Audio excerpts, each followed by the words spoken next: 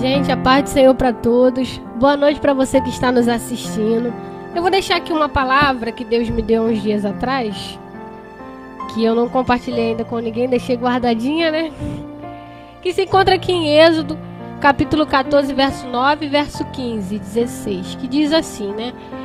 E os egípcios perseguiram-nos todos os cavalos e carros de Faraó, e os seus cavalheiros, e o seu exército, e alcançaram-nos, acampados junto ao mar, perto de Pi-Hahirote, diante de Baal-Zefon.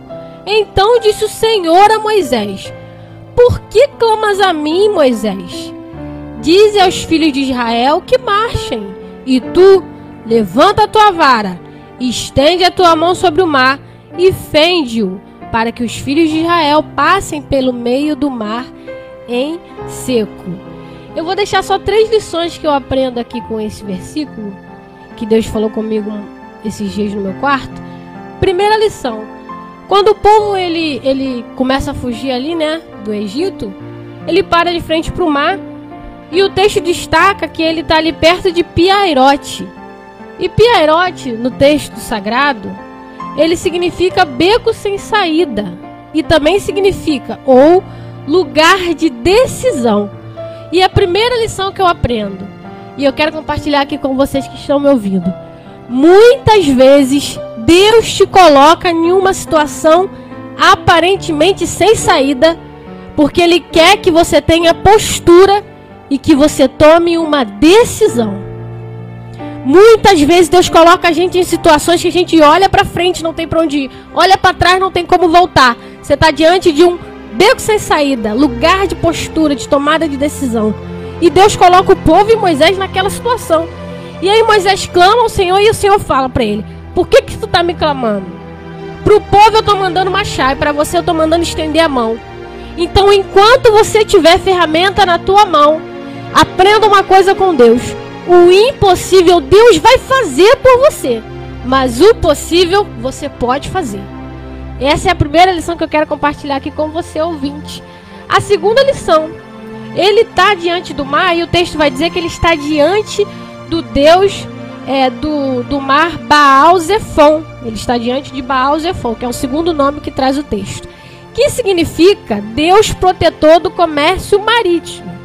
Na cultura helenista, quem tinha o poder sobre as águas era o deus Baal-Zefon, que é mencionado no texto.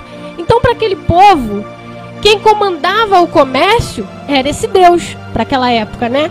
Eles tinham conhecimento disso. Aquele Deus que tinha o poder de trazer o mantimento, o sustento. Naquela cultura, eles entendiam isso.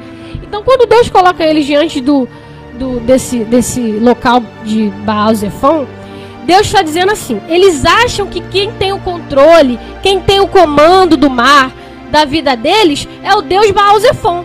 Mas eu estou te colocando aqui para te dizer que quem manda sou eu, que quem paga suas contas sou eu, que quem abre e fecha sou eu, quem abre caminho sou eu, que eu sou o teu Deus. Às vezes Deus coloca em situações para que você entenda que o teu emprego não é teu Deus, que não é porque você trabalha que o mantimento entra na tua casa, porque se você tem saúde é porque Deus está te dando esse ar para você respirar. Então é a segunda lição que eu aprendo: Deus às vezes coloca a gente em situações para a gente entender que quem paga nossas contas é Deus, que quem abre caminho é Deus, que não importa o que o mundo está dizendo, o que importa é que você tem um Deus que te sustenta e você é totalmente dependente dele. E a terceira e última lição que eu quero compartilhar aqui e fechar com vocês é que você tem que lembrar que você serve a um Deus que ele não abre uma janela. Deus é o Deus que abre porta até onde não tem parede.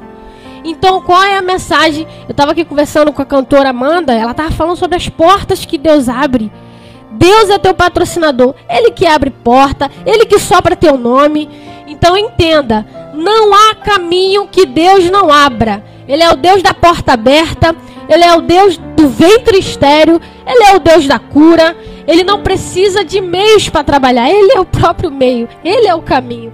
Então eu quero que você vá e entenda essas 3 lições que eu compartilhei com você. Primeiro, muitas vezes a ordem de Deus para você é: você já não orou, minha filha? Então agora marche.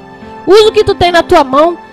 Vá até o final dessa guerra. Você precisou de fé para orar. Agora, você precisa de fé para agir. Segunda lição.